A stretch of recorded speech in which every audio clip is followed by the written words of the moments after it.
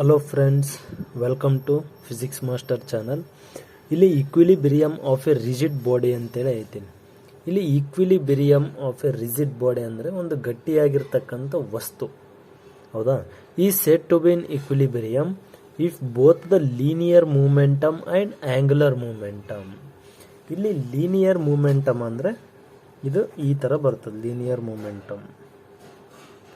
Okay, ಅದೇ ಇದು ನೋಡ್ರಿ, ಅದೇ ಆ್ಯಂಗುಲರ್ ಮೂಮೆಂಟಮ್ ಅಂದರೆ ರೊಟೇಷ್ನಲ್ ಅನಲಾಗ್ ಅಂತೇಳಿ ಹೇಳ್ತೀವಿ ನಾವು. ಏನಂತೇಳಿ ಹೇಳ್ತೀವಿ ನಾವು? ರೊಟೇಷ್ನಲ್ ಅನಲಾಗ್. ಇದು ರೊಟೇಟ್ ಆಗ್ತಿರ್ಬೇಕು, ಹೌದಾ? ರೊಟೇಷ್ನಲ್ ಅನಲಾಗ್, ಇದು ಲೀನಿಯರ್ ಅನಲಾಗ್ ಆ ಲೀನಿಯರ್ ಮೂಮೆಂಟಮ್ ಅಂತೇಳಿ ಹೇಳ್ತೀವಿ. ಇದು ಚೆನ್ನಾಗಿ ನೆನ್ಪಿಟ್ಕೋಬೇಕು. ಇವೆರಡು ಏನದಪ್ಪ ಅಂದರೆ ರಿಮೇನ್ಸ್ ಕಾನ್ಸ್ಟೆಂಟ್ ವಿತ್ ಟೈಮ್ ಜೊತೆ ಏನಾಗಿರ್ತಾವೆ, ಇವು ಕಾನ್ಸ್ಟೆಂಟ್ ಆಗಿರ್ತವೆ. ಹೆಂಗಾಗ್ತದಪ್ಪ ಅನ್ನೋದು ಇಲ್ಲಿ ಕಂಡೀಷನ್ಸ್ ಬರ್ತವೆ. ಕಂಡೀಷನ್ಸ್ ಆಫ್ ಈಕ್ವಿಲಿಬ್ರಿಯಮ್ ಅಂತೇಳಿ ಹೇಳ್ತೀವಿ ನಾವು. ಅದರಲ್ಲಿ translational equilibrium for this net external force on a body is zero. ಅಂದರೆ ನಾವು ಏನು ಬಾಡಿ ಮೇಲೆ ನೆಟ್ ಎಕ್ಸ್ಟರ್ನಲ್ ಫೋರ್ಸ್ ಅಪ್ಲೈ ಮಾಡ್ತೀವಲ್ಲ, ಅದು ಏನಾಗಿರ್ತದೆ, ಇಲ್ಲಿ ಝೀರೋ ಆಗಿರ್ತದೆ. ಹೆಂಗಾಗಿರ್ತದಪ್ಪ ಝೀರೋ ಅಂತಂದರೆ ಇಲ್ಲಿ ನೋಡ್ರಿ, ಹೌದಾ? ಇಲ್ಲಿ ಒಂದು ಆಬ್ಜೆಕ್ಟ್ ಇರ್ತದೆ. ಈ ಆಬ್ಜೆಕ್ಟ್ ಮೇಲೆ ಈ ಡೈರೆಕ್ಷನಿಂದನೂ ಫೋರ್ಸ್ ಅಪ್ಲೈ ಮಾಡ್ತೀರಿ, ಈ ಡೈರೆಕ್ಷನಿಂದನೂ ಫೋರ್ಸ್ ಅಪ್ಲೈ ಮಾಡ್ತೀರಿ, ಈ ಡೈರೆಕ್ಷನ್ ಎಲ್ಲ ಡೈರೆಕ್ಷನ್ನಿಂದ ಏನು ಮಾಡ್ತೀರಿ, ಫೋರ್ಸ್ ಅಪ್ಲೈ ಮಾಡ್ತೀರಿ, ಹೌದಾ? ಇದನ್ನು ಏನಂತ ಹೇಳ್ತೀವಿ, F1 F2 F3 F4. ಇದೆಲ್ಲ ಫೋರ್ಸ್ ಏನಾಗ್ತದೆ, ಈ ಬಾಡಿ ಮೇಲೆ ಅಪ್ಲೈಡ್ ಆಗ್ತದೆ. ಅಂದರೆ ಎಲ್ಲ ಏನಾಗ್ತದೆ, ಇಲ್ಲಿ ರಿಸ್ಟೋರ್ ಆಗ್ತದೆ. ಅಂದರೆ ಏನಾಗ್ತದೆ, ಇಲ್ಲಿ ಫೋರ್ಸ್ ವಿಲ್ ಬಿ ಝೀರೋ ಆಗ್ತದೆ, ಹೌದಾ? ಯಾಕಂದರೆ ಇದು ಆಬ್ಜೆಕ್ಟ್ ಏನಾಗಲ್ಲ, ಯಾವ ಡೈರೆಕ್ಷನ್ನಲ್ಲೂ ಮೂವ್ ಆಗಲ್ಲ. ಯಾಕಂದರೆ ಎಲ್ಲ ಡೈರೆಕ್ಷನ್ನಲ್ಲೂ ನಾವು ಫೋರ್ಸ್ ಅಪ್ಲೈ ಮಾಡಾಕತ್ತೀವಿ. ಅದಕ್ಕೆ ಇದನ್ನು ಏನಂತ ಹೇಳಿತು ಅಂತೀವಿ ಅಂದರೆ F4 + F3 + F2 + F1 that is equals to zero. ಅಂದರೆ net external force will be zero ಅಂತೇಳಿ ಹೇಳ್ತೀವಿ ನಾವು, ಹೌದಿಲ್ಲ? ಅದಕ್ಕೆ ಇಲ್ಲಿ ಕೊಟ್ಟರು ನಾವು. From Newton second law the rate of change of linear momentum, ಹೌದಾ? External force that is equals to dp/dt. ಅಂದರೆ rate of change of linear momentum. ಇಲ್ಲಿ ಏನಾಗಿತ್ತು, ಫೋರ್ಸ್ ಝೀರೋ ಆಗಿತ್ತು, ಹೌದಾ? ಅದಕ್ಕೆ ನಾವು ಏನಂತ ಹೇಳಿತು ಅಂತೀವಿ, external force will be zero equals to dp/dt ಅಂತೇಳಿ ಹೇಳ್ತೀವಿ. ಇಲ್ಲಿ ಪಿ ಅಂದರೆ ಏನಪ್ಪ ಅಂದರೆ ಇಲ್ಲಿ ಲೀನಿಯರ್ ಮೂಮೆಂಟಮ್. ಇದು ಏನಿರ್ತದ, ಪಿ ಅಂದರೆ linear momentum will be always constant ಅಂತೇಳಿ ಹೇಳ್ತೀವಿ. ಇಲ್ಲಿ ಕೊಟ್ಟರು ನೋಡ್ರಿ, linear momentum and angular momentum of a rigid body remains constant with time ಅಂತೇಳಿ ಹೇಳ್ತೀವಿ ನಾವು.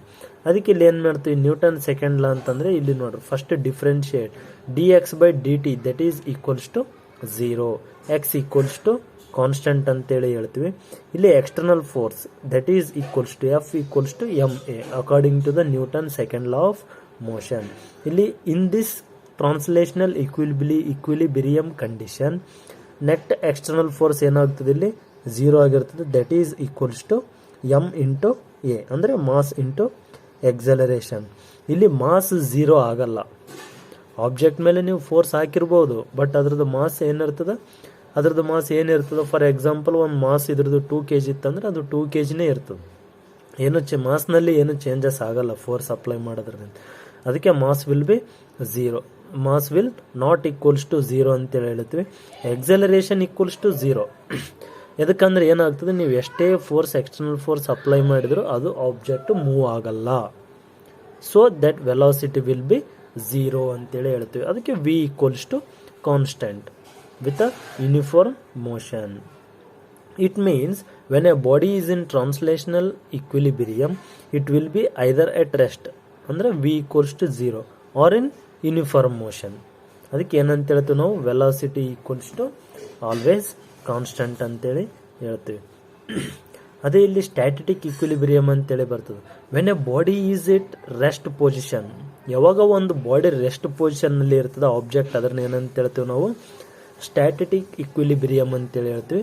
That is velocity equals to zero. Next dynamic equilibrium. When a body is in uniform motion that is v equals to constant. ಅಂದರೆ velocity ಏನಿರ್ತದೆ ಅಲ್ಲಿ uniform ಮೋಷನ್ನಲ್ಲಿ ಇರ್ತದೆ ಒಂದು body, ಹಂಗಾಗಿ ಅಲ್ಲಿ ಏನಿರ್ತದೆ v equals to always constant. ಅಂದರೆ ಒಂದೇ ಸ್ಪೀಡ್ನಲ್ಲಿ ಮೂವ್ ಆಗ್ತಿರೋದು ವಿತ್ ಟೈಮ್. ಇಲ್ಲಿ ನೋಡ್ರಿ, ಟೈಪ್ಸ್ ಆಫ್ ಸ್ಟ್ಯಾಟಿಕ್ ಈಕ್ವಿಲಿಬ್ರಿಯಮ್ ಅಂತೇಳಿ ಬರ್ತದೆ. ಇದರಲ್ಲಿ ಯಾವ್ಯಾವ ಬರ್ತಾವೆ ಅಂದರೆ ಸ್ಟೇಬಲ್ ಈಕ್ವಿಲಿಬ್ರಿಯಮ್ ಅಂತೇಳಿ ಬರ್ತದೆ, ಅಂದರೆ if a body returns back to its original position after being slightly distributed. ಹೌದಾ, ನೀವು ಯಾವುದಾದ್ರೂ ಎಕ್ಸಾಂಪಲ್ಸ್ ನೋಡ್ಬೋದು. ಈಗ ಫಾರ್ ಎಕ್ಸಾಂಪಲ್ ಒಂದು ಸ್ಮಾಲ್ ಸ್ಪ್ರಿಂಗ್ ತಗೋರಿ.